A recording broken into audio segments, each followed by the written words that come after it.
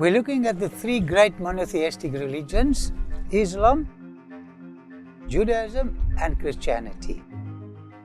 But something very interesting happened here concerning monotheism.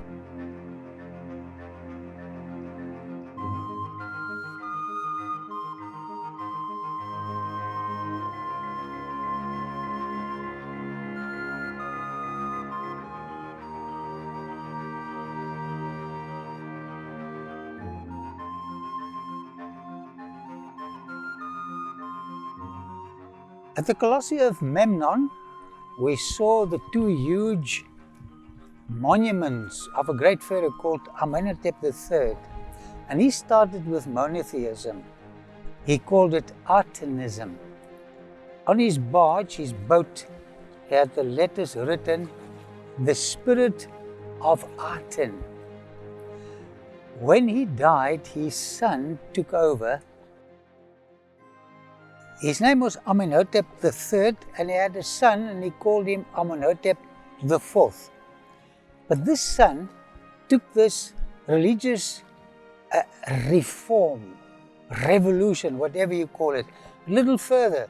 And he changed his name from Amenhotep IV to Akhenaten, the famous monotheistic king in Egypt. And he left Karnak temple, and he left the priests here at Karnak and Luxor temple and all the religious fraternities. And he built himself a capital between here and Cairo called Akhetaten of Akhenaten, ending at A-T-E-N, which referred to monotheism. There's a creator God who created everything. You cannot reduce him to an image. You can only appreciate him by looking at the nature around you. He was married to the famous Nefertiti. I saw a bust in the Berlin Museum.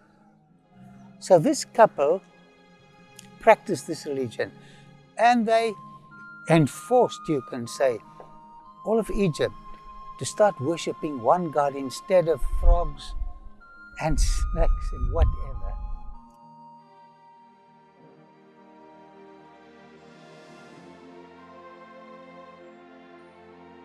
It's not easy to reform, and they had some opposition, but they believed in this one God, and they extended these ideas. So when you look at Amarna art, you see the disk, the sun, and out of the sun, beams coming out. And when the beam reaches the nose, there's this sign of Ankh. Ankh means life. So Atenism says that you get life from Aten. You don't have life in yourself. And next to the Ankh beam, there's a hand that says, "I will support you." Now, Aten wrote a hymn called the Hymn of Aten. And this hymn corresponds to a certain Psalms in the Christian's Bible, Psalms 104. 17 lines correspond to this psalm. It's on nature. How God speaks to us through nature. Have you ever discovered God in nature? He is not nature. Pantheism is out. But God teaches us lessons from nature.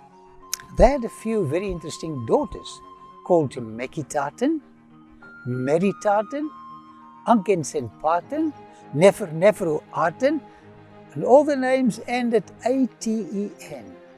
They all believed in one God, the Creator God.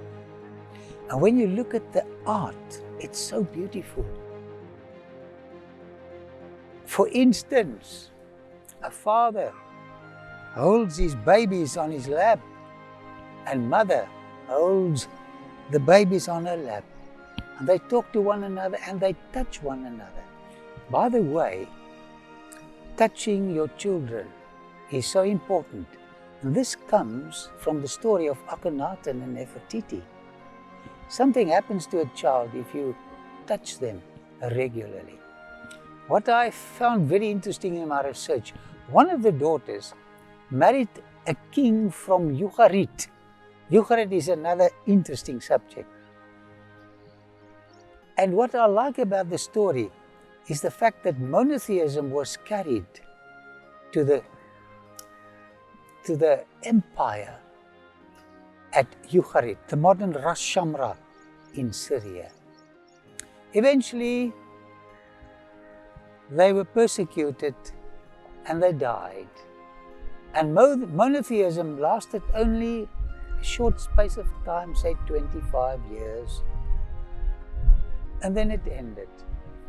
But I discovered something fantastic, interesting in the Cairo Museum.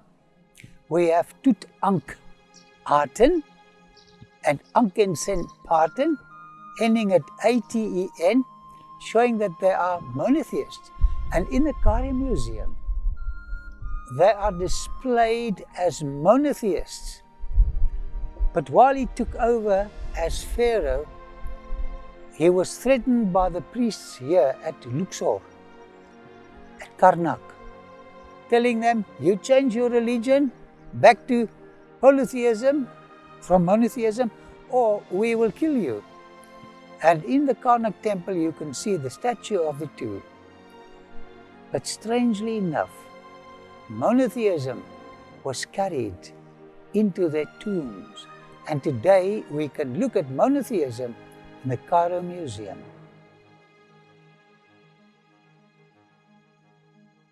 I appreciate the research from Islam, from Judaism, and from Christianity.